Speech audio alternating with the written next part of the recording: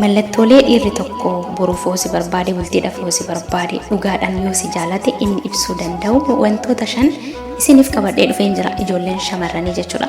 Egaa yeroo hedduu gaafiin isin keessan kaastanii na gaafattanillee ni jira jechuudha. Egaa mallattooleen kuni dhiira jaalala dhugaa siif qabu irratti kanatti arguu dandeessu jechuudha. Kanaaf wantoota 5 kana keessatti akka jaalala keessan hubattan abdiin qaba, gaafii keessaniif immoo akka deebii ta'ullee abdiin qaba jechuudha. Egaa dhiirri tokko dhugaadhaan yoo si jaalate mallattoon inni ibsu inni jalqaba yeroo siif kenna. Dhiirri dhugaadhaan si jaalatu agam yeroo dhabullee hojiidhaan biizii ta'ullee yeroo siif hin dhabu. Yeroo inni qabu keessaa sa'aatii tokko yoo ta'e daqiiqaa 15 dhiirri si jaalatu siif hin dhabu jechuudha. Yeroo hedduu kan isin keessan na gaafattan ani biiziidha naan jedha, yeroo ani bilbiluuf na jalaa hin kaasullee hagamuu na faana hin haasa'u, yeroo hundumaa biiziidha naan jedha kan jedhudha kan isin jechaa jirtan jechuudha. Dhiirri dhugaadhaan si jaalatu immoo jechuudha dhugumattiin yoo biizii ta'e ani biiziidha siin hin jedhu. Maaliif jennaan yaadni biraa sammuu kee keessa akka dhufu waan hin barbaanneef jechuudha. Dhugumatti yoo biizii ta'e jiraateyyuu ani biiziidha siin hin jedhu. Daqiiqaa 15 qabu san keessatti yookiin sa'aatii tokko keessa daqiiqaa 15 yoo siif qoode daqiiquma 15 san keessatti haala sassannaa ta'e sitti haasa. Silaa isaaf osoo danda'ame daqiiqaan 15 sun isaaf sa'aatii tokko osoo ta'eyyuu bareeda. Maaliif jennaan dhiirri tokko hoo dhugaadhaan si jaalate si faana haasa'ee hin qufu. Dubartii jaalatu faana haasa'ee hin qufu. Osoo halkan guutuu guyyaa guutuu si faana haasa'ee baay'ee itti tola. Dhiirri tokko dubartii dhugaadhaan jaalatu biratti egaa baay'ee ishee sassata. Akkasumas immoo ishee faana osoo ta'e itti tola. Haa ta'uyyuu malee jireenyi eeyyamuu fi dhiisuu danda'a. Sababa hojiitirraan kan ka'e biizii ta'uu danda'a jechuudha. Kanaaf dhiirri dhugaadhaan si jaalatu hagamiyyuu biizii ta'u hagamiyyuu yeroo dhabu dubartii jaalatuuf yeroo hin dhabu jechuudha. Kanarratti immoo dhiironni ragaanaaf baatu jedheen amana. Hagamiyyuu biizii taatan akka dubartoota jaalattaniif yeroo hin dhabne ragaanaaf baatu jedheen amana. Inni lammaffaan dhiirri dhugaadhaan si jaalatu si kunuunsa jechuudha. Yeroo hundumaa xiyyeeffannoo sirraa hin kaasu. Fakkeenyaaf amma yeroo bilbilaan haasaa jirtanitti iddoo wayii deemuufan ta'a. Iddoo wayii kan deemafanii jettee osoo ati itti himte iddoo sana geesse immoo deebi'aa jirta moo inni kun maal ibsa? Xiyyeeffannoo ibsa.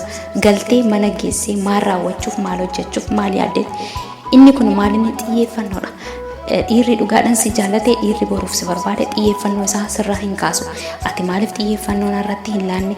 Ati yeroo hundaa maaliif xiyyeeffannoo narraa dhabde yookiin kan hunda maaliif xiyyeeffannoo natti hin laanne jettee tasumaayyuu hin gaafattu jechuudha.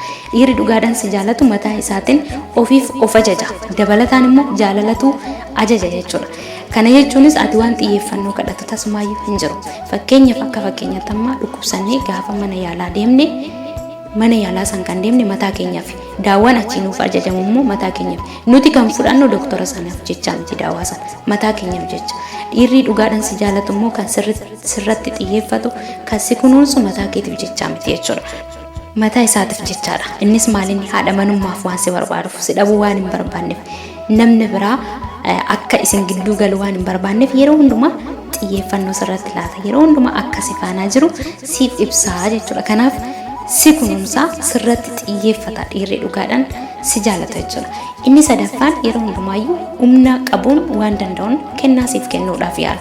Egaa jaalala keessatti kennaawwan kennaman hedduu ta'uu danda'a. Haa ta'uyyuu malee wanta humni isaa danda'uun kennaa siif kenna. Yeroo hundumaa sarpiraayizii godha. Dhiirri dhugaadhaan si jaalatu amma humna isaatiin jechuudha. Egaa inni kun maal ibsa? Jaalala dhugaa keessatti jaalala ibsa. Namni dhugaadhaan si jaalatu wanta danda'u siif kennuu danda'a waan ta'eef kennaa siif kenna jechuudha. Inni arfaffaan immoo iddoo garaagaraa si faana deemee bashannanuu danda'a. Iddoo bashannanaa si geessa.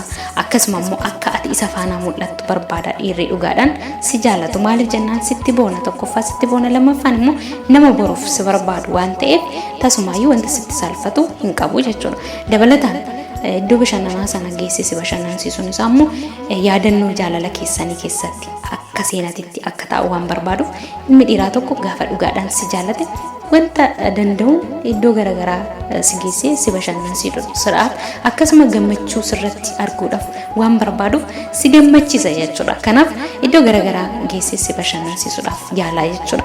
Inni jaalalleen kan kee kuni egaa beekumsaan ta'uu danda'a, bareedinaan ta'uu danda'a, dandeettiidhaan ta'uu danda'a, wantoota hedduutiin ta'uu danda'a, si caaluu danda'a.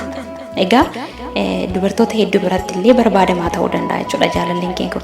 Haa ta'uyyuu malee dubartoota hedduu biratti akka barbaadamaa ta'e tasumaayyuu sitti hin immoo ilmi dhiiraa tokko dhugaadhaan yoo si jaalate ana dubartoota hedduutu na barbaada ani barbaadamaadha tasumaayyuu siin hin jedhu.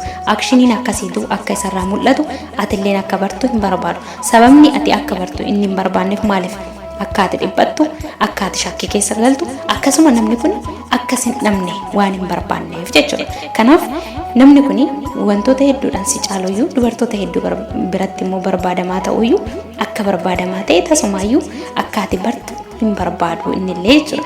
Inni kan barbaadu akkasiin barbaadamaa jiru qofadha kan inni barbaadu jechuudha. Kanaaf jaalalleen kan kee kun wantoota kanneen kana ibsa yoo ta'e ijoolleen shamarran immoo jaalala akkanaa keessatti caarraa guddaa qabdu jechuudha.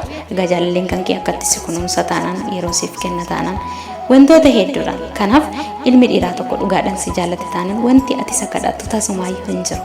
Maaliif jennaan jaalalli mataa isaatiin akka inni wantoota kana raawwatu isa taasisa waan ta'eef dabalataan immoo jaalalli kadhaan barbaachisu waan ta'eef. Egaa maal jedhan kadhatanii galanii weeddisaan daakanii jedhamee ture jaalalli immoo kadhaa hin barbaachisu waan ta'eef jechuudha. Kanaaf ilmi dhiiraa tokko dhugaadhaan si jaallate taanaan waan tokko ati maaliif akkana naaf hin goone osoo ati hin jedhin akka gochuu qabu ni beeka. Akka immoo dirqama isaa ta'e illee ni beeka. Dirqama isaa sana baachuudhaaf illee itti amanaa jechuudha. Ilmi dhiiraa tokko dhugaadhaan si jaallate taanaan waanuma barbaade siif godhuudhaaf wanti duubatti isa deebisu tokkoon hin jiru. Garuu wanti duubatti isa deebisu maali? Yoo siif jaalala hin qabne tarkaanfii tokko si baana tarkaanfachuu hin fedhu. Kanaaf gaafii warreen na gaafachaa turtaniif illee deebisiniif ta'a jedhee yaada. Warreen immoo jaalala keessa jirtaniifis jaalallee akkanaa qabaattan taanaan sirriitti kunuunfadhaa jabeeffadhaan dhaamsa kooti ijoollee shamarranii jechuudha. Galatoomaa.